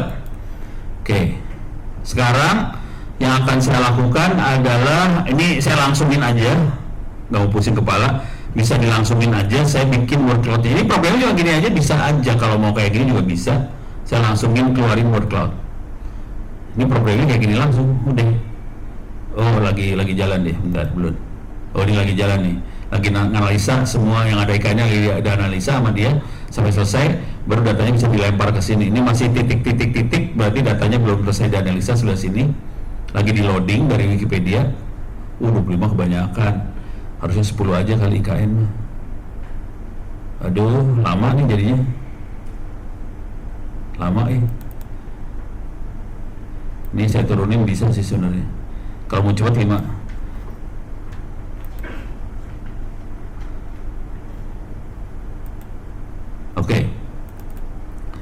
Oke. Oh, jadi ngulang saya. Ini 5 aja ya, saya ambil 5, 1, 2, 3, 4, 5. 5, oke. Ini lagi dihitung. Mudah-mudahan lebih cepat daripada tadi. Kalau udah, oke, udah keluar. Ini hasilnya. Oh, bener dapet nih. Ibu kota Nusantara, tapi ada kata-kata yang jelek-jeleknya keluar, ada dan yang minus-minus, ada kurung, timur, pembangunan, Jakarta, Kalimantan. Jadi kelihatan IKN adalah ibu kota Nusantara, negara 2022 di Kalimantan, kira-kira kayak gitu. Langsung keluar. Jadi caranya kita ambil tulisan-tulisan, kalau kita nggak mau baca tulisan tadi, suruh programnya baca, terus programnya disuruh buat ngasih lihat isu apa yang paling besar yang banyak di artikel-artikel dengan keyword IKN tadi. Dengan cara itu kita bisa dengan cara itu saya pakai biasanya buat baca-baca laporan-laporan yang dikerjakan oleh kabinet yang ada di Bappenas. Saya download dari Bappenas, saya download, terus masukin program kayak gini, terus saya baca. Isu paling besarnya seperti apa sih? Program pemerintah fokusnya kemana sih? Bacanya kayak gini caranya. Jadi saya nggak usah baca laporan yang jumlahnya ratusan halaman itu, suruh komputer baca terus kasih summary dalam bentuk kata-kata seperti ini, kita bisa langsung tahu oke, pemerintah arahnya seperti ini. Gitu. Jadi punya kemampuan juga mulai tadi bikin grafik yang kayak saya kasih lihat tadi, Ahok dan sebagainya, kita bisa lihat konteksnya. Cuma agak susah dikit, dan ini lagi crash nih, merusak konteks, lagi crash komputer, susah banget gitu. Kira-kira programnya cuma ini aja sih. Jadi cuman nggak tahu, di sini ada yang ngajar pakai kayak gini nggak? Nggak ada. Belum. Jadi tantangan buat nggak tahu siapa yang harus ngajar ya, antara jurusan informatika atau jurusan statistik buat ngajar pakai yang ini. Gampang sih, sebenarnya gampang, cuman harus ada yang belajar. Ini jujur Bu, ini saya belajar sendiri. Ya. Bisa. Nah.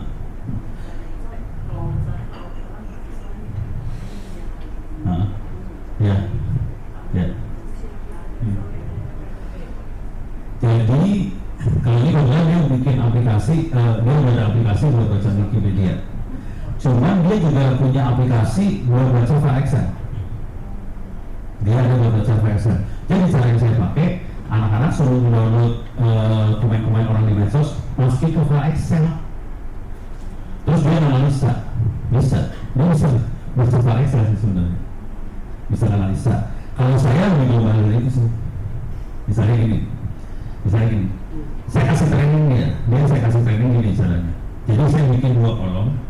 Ini komentar orang di medsos, terus kolom yang satu lagi komentarnya apa? Positif, negatif, atau netral misalnya. Terus jadi saya kasih training dulu.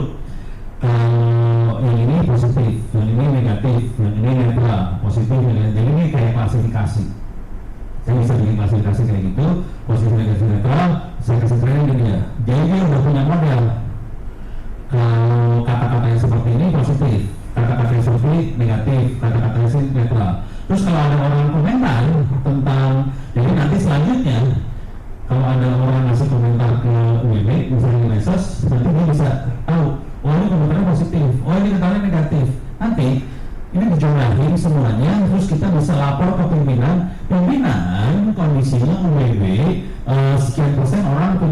sih negatif loh, sekian orang positif loh, bisa sampai level kayak gitu. Kalau lebih lagi kita bisa melakukan forecasting ke depan. Sebaiknya supaya kita ke depan, kan dari komentar-komentar itu kan bisa lihat isu apa sih yang dominan di negatif. Misalnya, kita kemudian sebagai negatif, kita hitung pakai word cloud, isu apa yang dominan? Kasih dominan, isu negatif yang dominan ini loh, kita harus atasi masalah ini. Karena ini yang banyak dikasih komentar sama orang yang sifatnya negatif. Cuma kita juga perlu kasih tahu isu yang positifnya apa. Jadi yang positif dikumpulin lagi, diambil word cloud-nya, nanti kasih lihat dominan, isu yang positifnya ini. Nah ini kita bisa angkat lebih tinggi lagi supaya bisa naikin lebih atas lagi. Ini bisa domainnya gila-gila kayak gitu.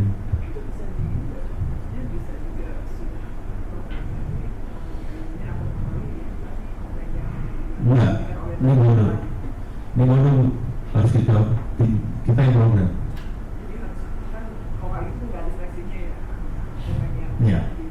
Ya itu ada manusia tuh, karena komputer tuh belum sistemnya.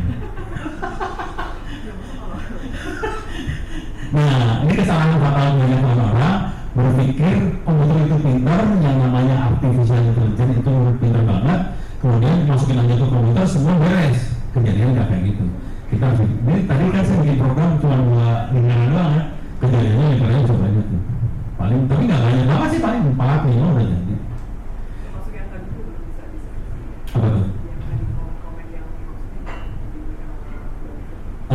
Waktu kita ngasih training bahwa komen ini positif, komen ini negatif, atau sukses itu kadang-kadang manusia harus masuk nih, ngasih tahu ini bahasa ini bukan, manusia harus masuk. Jadi kita kasih apa ya? Kasih label lah. Tetap aja orang yang minta dari komputer. Jadi kalau mau tahu beneran, si Google itu pakai orang buat ngelabelin. Google orang pakai label. Dia bayar orang-orang Cina buat ngelabelin informasi segala macam gitu. Karena orang masih ingin daripada komputer. Setelah ngelabelin, kelihatannya kayak komputernya pintar, padahal enggak, komputernya belum komputer. Iya, orangnya semuanya manusia. Cuma ini yang ke depannya ini yang gede-gede itu ini yang Anda lihat di depan ini yang namanya artificial intelligence machine learning. Jadi sebetulnya nggak pintar, yang pintar orang, komputer dipakai buat ngitung aja sih. Beres, ada komentar pertanyaan lagi, Bu Aman? Pasti lagi mikir, saya tahu sih Bu lagi mikir. Iya. Karena masih jauh dari jangkauan kemampuan saya. Enggak, cuman cara mikirnya kalau saya usul mikirnya gini aja Bu. Intinya gini, komputer cuma alat bantu supaya kita bisa proses data yang gede. Udah aja. Bayangin kalau kita harus baca semua tulisan, manusia nggak mungkin. Komputer harus membaca, komputer harus melihat gambar. Contoh-contoh yang lain gini, misalnya buat deteksi virus COVID, itu virus-virus ini pakai mikroskop semua, dilihatin, nanti mikroskopnya masukin ke mesin ini, terus dia bisa klasifikasi. Oh ini virus influenza, ini virus apa? Yang ini beda sendiri nih, ini kayaknya COVID. Itu mesin. Tapi dia data fotonya banyak banget, ribuan. Orang suruh kayak ribuan capek. Nah, saya kasih cerita lagi. Mungkin saya harus kasih lihat paper jurnal bener. Saya harus paper jurnal sih, iseng, nggak sengaja, iseng.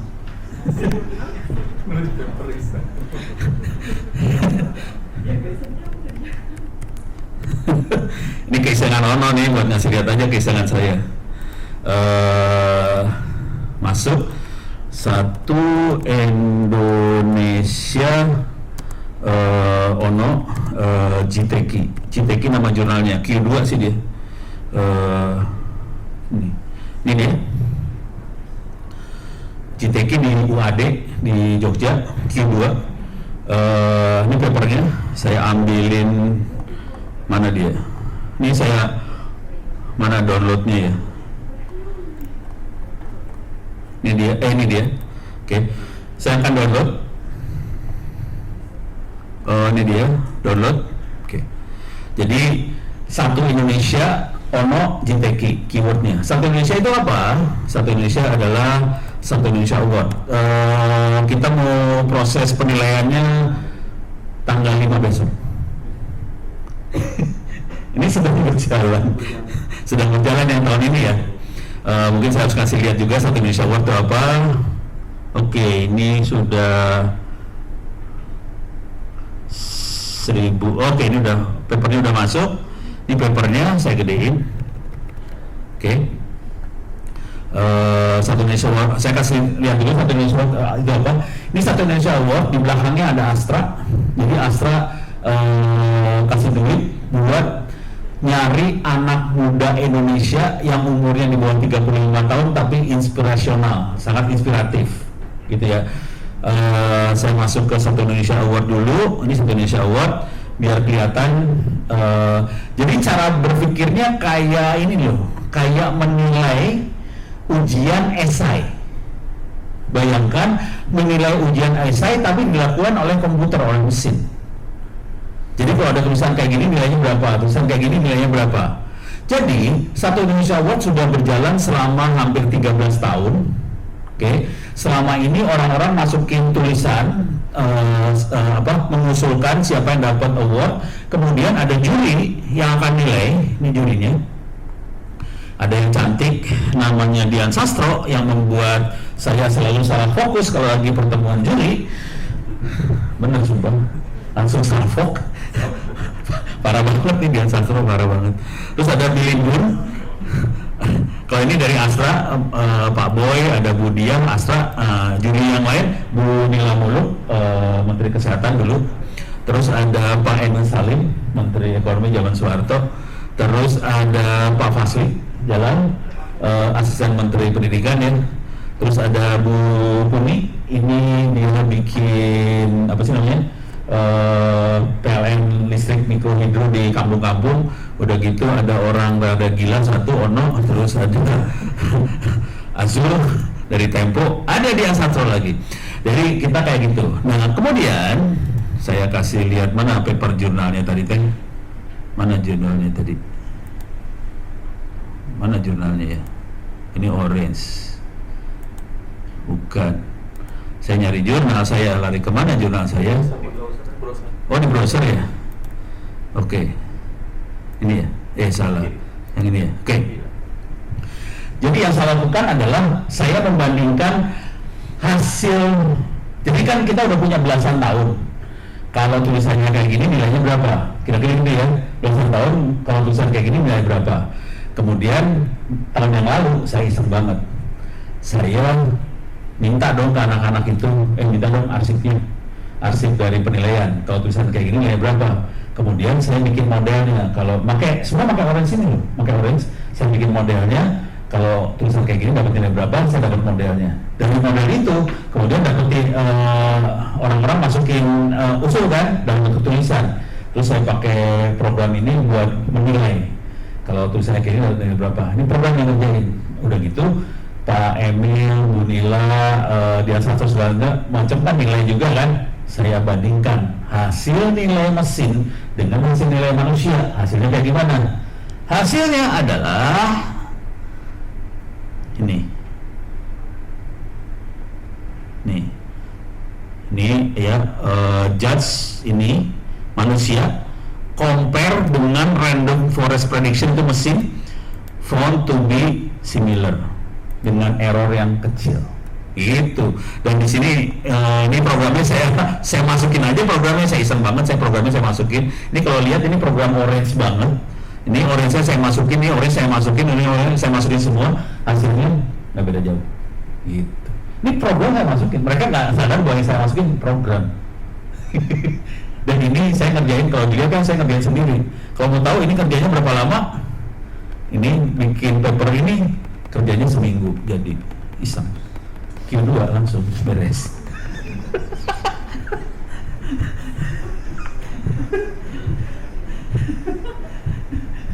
Asli ini iseng banget, ini lagi iseng aja.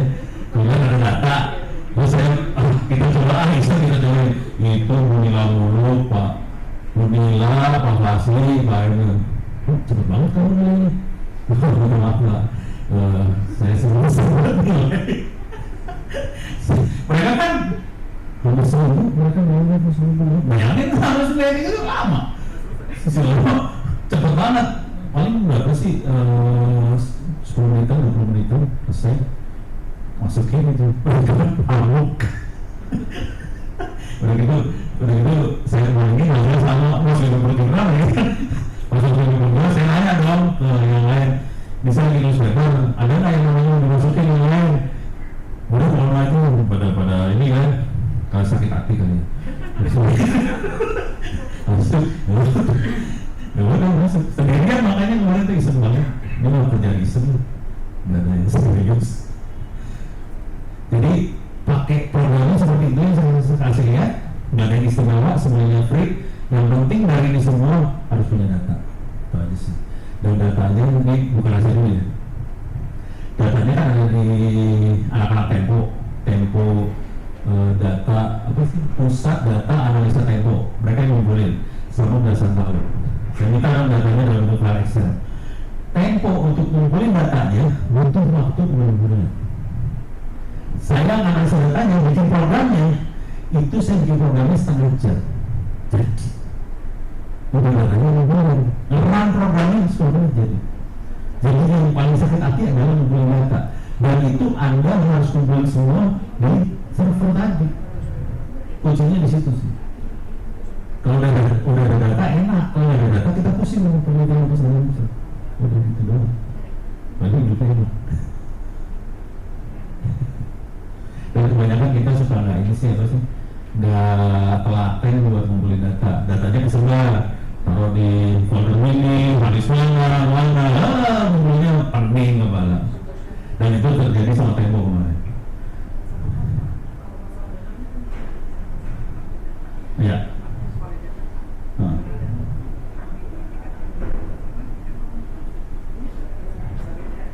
Iya. Iya.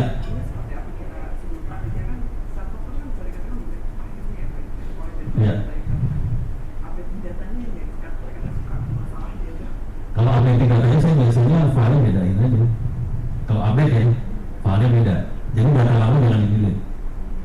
File baru. Yang jadi masalah persepsi dari data ini. Bisa contoh-contoh sederhana ya. Saya pernah bantu Orari. Saya anggota Orari juga, suka nge-break Orari. Waktu di Sumbar ada tsunami, mereka ngirim data ke ini BNSP, BNPT yang apa? Ya itu marah sama saya. Ya soalnya saya bikin sistem informasi bencana. Mereka bikin juga, saya datanya lebih update. Kenapa saya datanya lebih update? Soalnya saya dengerin anak-anak teman-teman saya di Orari ngasih laporan pakai radio kan. Terus waktu dia ngasih laporan pakai radio, saya langsung update. Dia marah. Tapi poin yang pengen saya sampaikan gini, kalau pertanyaan, satuannya beras apa? Mulai bingung kan? Ada liter, ada kilo, ada karung loh.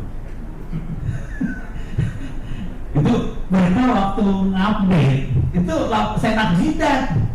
Kadang-kadang karung, kadang-kadang liter, kadang kilo. Coba satuannya baju apa?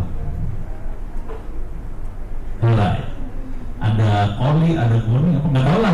Satuannya. Dan itu mereka kayak gitu. Jadi waktu kita mainan data, kita harus sepakat dulu satuan juga. Karena kalau satuannya nggak sama, bingung. Ini pakai yang mana? Misalnya kita sama kilo kan lumayan juga, kalau banyak kan malas juga kerjain. Jadi kayak gitu sih, saya nggak ngerasain kayak gitu. Jadi ada masalah-masalah seperti itu. Ya itu bagian dari proses penelitian, seru-seru. Susah. Cuma kalau update saya cenderungnya bedain file yang lama jangan di-delete supaya kita punya arsip yang lama, dan ini kita bisa pakai buat regresi ke depan, dan ke depan trennya seperti apa. Karena kalau lihat ke depan kan kita butuh file lama. Untuk menyimpan itu semua kita butuh server, storage, segala macam. Mudah-mudahan nanti Varian nyediain, orangnya udah mudah-mudahan nyediain hari Senin ini buat anda nyimpen data. Soalnya itu nyawa dari penelitian itu data tadi. Gitu. Aman? Jadi kerjaan iseng kayak gini jangan berarti bisa jadi paper jurnal ya, Q2 namanya. Kerja seminggu doang.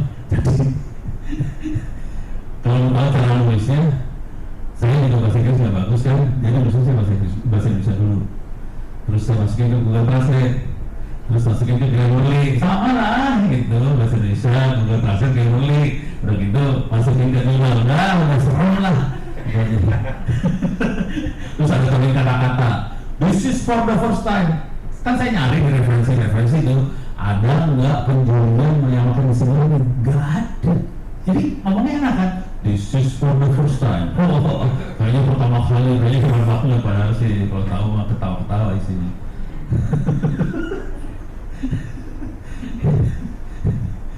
Saya suka bikin backbook kayak gitu kan, nyari dulu dong di Google Scholar kan, nyari nggak ada yang kayak gini, first time.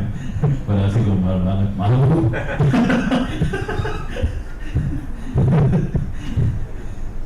Nih ada lagi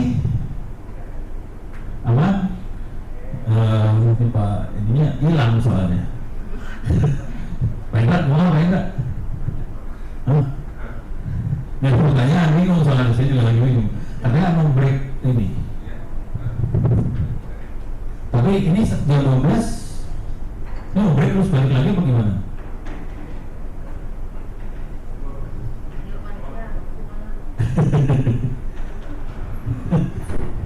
Kemana yang bahasa Sunda di sini ada juga rupanya. Sabik-sabik. Kemakan doang yang penting. Iya. Kalau di Padang macik lagi. Kalau ke ini ke restoran. Pak Rio, gimana? Ya, kita break dulu mungkin sebentar Pak, istirahat. Saya juga lagi bingung materi apa lagi ya.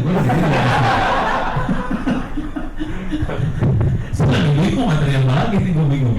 Ya, baik, jadi mungkin kita break dulu Pak, sekitar 10 menit karena nanti kan kita ada satu kali sesi lagi nanti sampai jam 11:45 sebelum makan siang. Iya. Sekaligus nanti saya mau diskusi juga kira-kira apa yang mau disampaikan karena ya tadi di luar bayangan ternyata 2 sesi materi udah bisa selesai dalam 1 jam lebih dikit gitu. Oh gitu? Oke, jadi materi ini selesai ya? Nanti sebenarnya selesai, tapi nanti bisa jadi ada sharing session Pak berdasarkan pengalaman Bapak misalnya seperti itu yang mungkin bisa memberikan kita informasi minimal data center yang secara idealnya atau yang saat ini diperlukan oleh teman-teman yang tadi nyimpan datanya di Drive, datanya di mana gitu. Ini Google Drive sih. Iya, minimal ada tips gitu biar data kita aman gitu, itu seperti apa gitu. Dan saya nggak nyimpan data di Google Drive. Nggak mau.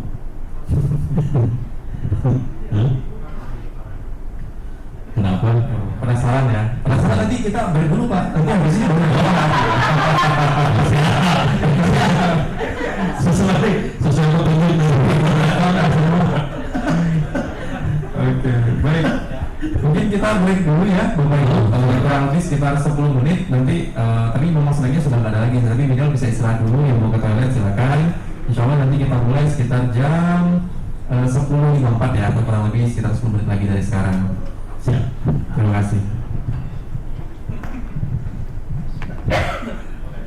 Stop dulu Pak. Stop aja dulu.